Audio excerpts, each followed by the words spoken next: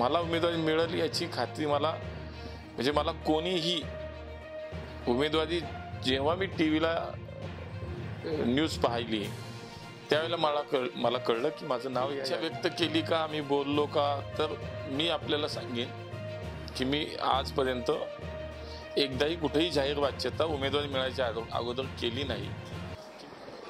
मला असं वाटतं की इतर पक्षात आणि आमच्यात एक फरक असा आहे की आमच्याकडे उमेदवार निवडीची प्रक्रिया ही निश्चित ठरलेली आहे, त्याचं एक सूत्र ठरलेलं आहे।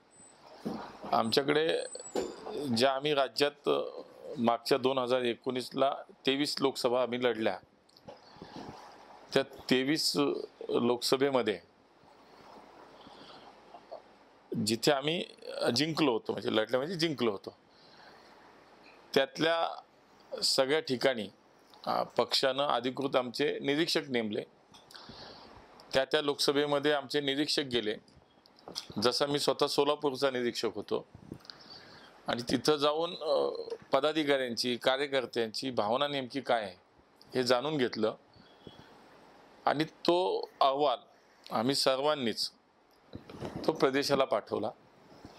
मग प्रदेशाने तोच अहवाल केंद्राकडे पाठवला आणि केंद्राच्या पार्लमेंटरी बोर्डामध्ये त्या अहवालावरती चर्चा झाली आणि जे का आता उमेदवारांच्या यादी जाहीर होतात आपल्याला दिसतंय माझ्यासहित, तर त्याच्यामध्ये ती चर्चा झाली आणि सामूहिकरित्या नेमका उमेदवार आपला कोण असावा याच्यावरती एकमत होत गेली।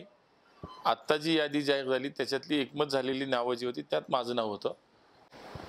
मी इच्छा व्यक्त केली का मी बोललो का तर मी आपल्याला सांगेन की मी आजपर्यंत एकदाही कुठेही जाहीर वाच्यता उमेदवारी मिळायच्या अगोदर केली नाही की मी इच्छुक आहे। याचं कारण असं की मुळात मी संघटनेचा पदाधिकारी, मला संघटनेची जबाबदारी आणि त्या संघटनेच्या कामातून मला पुणे लोकसभेचा निवडणूक प्रमुख केला आहे, म्हणून माझ्याकडे जबाबदारी जी होती ती निवडणूक प्रमुखाची होती।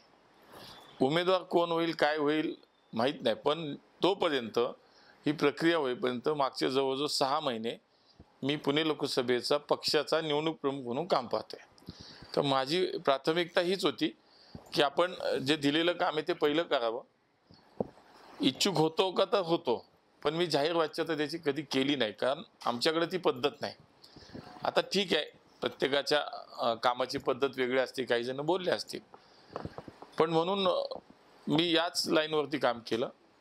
मला उमेदवारी मिळेल याची खात्री मला म्हणजे मला कोणीही उमेदवारी जेव्हा मी टीव्हीला न्यूज पाहिली त्यावेळेला मला कळलं की माझं नाव या यादीमध्ये आहे। पण खात्री अशी या पद्धतीनं होती की आपण पक्षामध्ये जे काही 3-4 नावाची चर्चा केंद्रीय पातळीवर झाली आहे, खालनं गेलेला अहवाल ज्या पद्धतीनं गेलाय त्याच्यामध्ये नक्की आपला संधी मिळू शकते अशा पद्धतीचं आपलं नाव आहे असं वाटलं होतं, म्हणून मला असं वाटलं की आपलं नाव होऊ शकतं हे मनात होतं। पण मला देवेंद्रजी असतील, बावनकुळे साहेब असतील, कोणीही कधीही एकदाही मला असं सांगितलं नाही की तू तयारीला कामाला, जसं नाही का बातमी असतात तयारी लागल्याचे आदेश दिले, तयारी लागली सूत्रांची माहिती, असं काही नसतं आमच्यात तरी। त्यामुळे की मला नक्कीच 100% असं कोणी मला सांगितलं नव्हतं की तुला लढायचं, पण मला समजत होतं की जर या 2-3 नावं चर्चा झाली तर मला मिळू शकेल अशी मला खात्री होती आणि ते घडलं आणि आज प्रत्यक्षात ते आपल्यासमोर आहे।